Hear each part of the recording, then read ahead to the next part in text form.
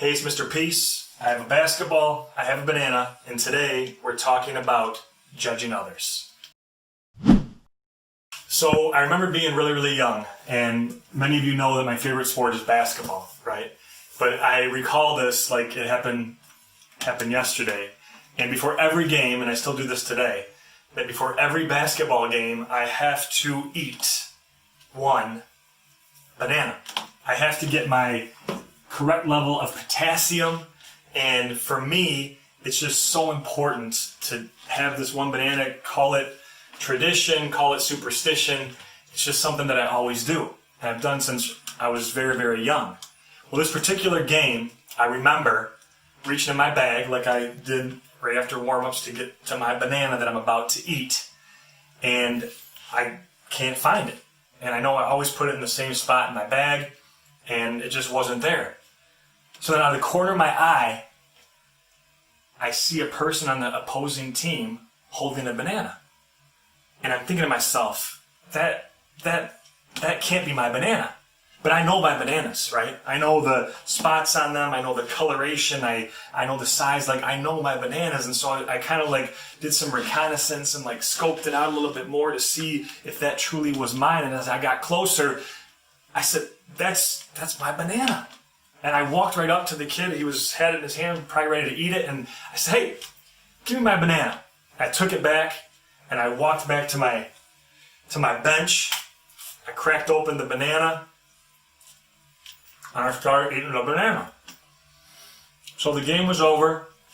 We went home and I started unpacking my bag, my sports bag. And I took my shoes out, my jersey, and then I reached and felt this hole that was under the inside flap. As I reached into the hole, I pulled out my banana. And I felt terrible that I had judged this other person for taking my banana. And really, we judge others all the time, right? We do a great job at that. And you know, it's fine to have these judgments, but we have to get past them, right? And there's this other story too. There was this little boy. He went to this ice cream shop, and it was super busy. And this is years ago too, when ice cream sundaes cost 50 cents, so a long time ago.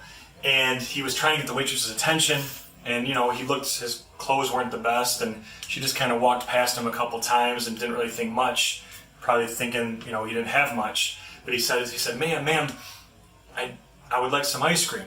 And she's like, well, what do you want? He's like, well, how much is an ice cream sundae? Just a scoop of vanilla ice cream with some hot fudge. And she said, it's 50 cents, but stop bugging me. Well, he thought about it and was thinking about, you know, what he wanted to do. And she was walking back in. He's like, ma'am, how much is it for just the scoop of vanilla? And she said, 35 cents, but look, kid, I'm really busy, so do you want the ice cream or not? He's like, yes, I'll take one scoop of vanilla ice cream. So she brings the ice cream in a little cup like this, and he eats it, and he leaves. And then she goes over to collect his payment and see what's there. And inside the cup of ice cream, you can see 35 cents. But then, when she takes it to leave, underneath is the tip, 15 cents.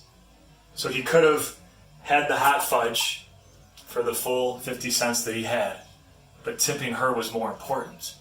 And she was just heartbroken that she judged this little boy, you know, who really did have nothing, and kind of made it her job for just how, you know, based on how this person looked on the outside and how young he was, that she was going to make that judgment in her mind, that she already had it made up, right?